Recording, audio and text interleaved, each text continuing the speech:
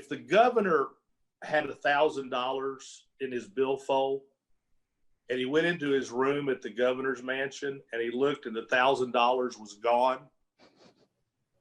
he'd have the FBI up there. He'd be fingerprinting. He'd be dusting. They'd be pulling cameras down. They'd be like, what servants took my money? People be strapped into polygraphs. The maid at the mansion would be sitting there. No, I didn't take it. Not the maid. Always blame the maid. You start with the maid. Always blame the maid. Don't blame the wife. But his day would have been ruined if he lost $1,000. And by the way, they would have found out who took it, and they would have gotten it back, and they would have prosecuted, and the person would be in jail, and a lesson to the rest of the staff in the governor's mansion.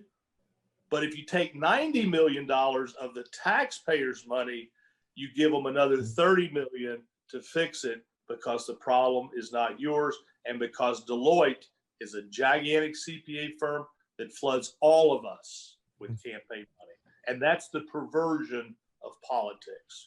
So nobody ever reached out to you to take you up on your offer, John? Never. Can you imagine if I said to you, I'm going to give you free legal for life? All you got to do is come over and meet me, and you like, okay, what do I got to lose? I got free legal for life. You do it.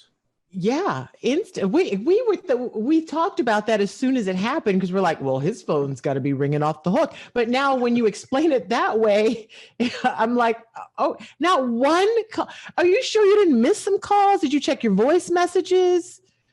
Listen, they all know how to get in touch with me. They didn't like seeing it because I shined a light on something that they didn't want a light shined on.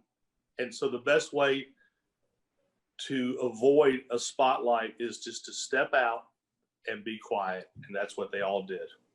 Nobody took me